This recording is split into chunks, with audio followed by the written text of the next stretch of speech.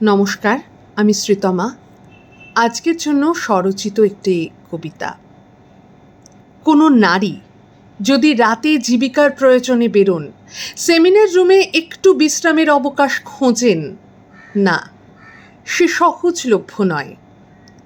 কোনো নারী যদি জীবনের পথে একা হাঁটেন, একা সন্তানকে লালন করেন, তিনি সহজলভ্য নন।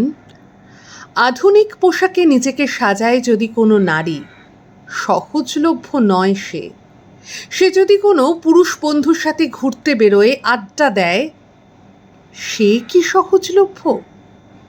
ট্রেনে, বাসে যে নারী যাতায়াত করে, তার শরীর কোনোভাবেই আপনার কাছে সহজলভ্য হতে পারে না। স্কুল ফেরত যে বাচ্চাটা হাসতে হাসতে বাড়ি ফিরছে, সে কি সহজলভ্য? দয়া করে নিজের ভাবনা চিন্তাগুলো বদলান। সহজলভ্যতার আবহে গা ভাসাবেন না।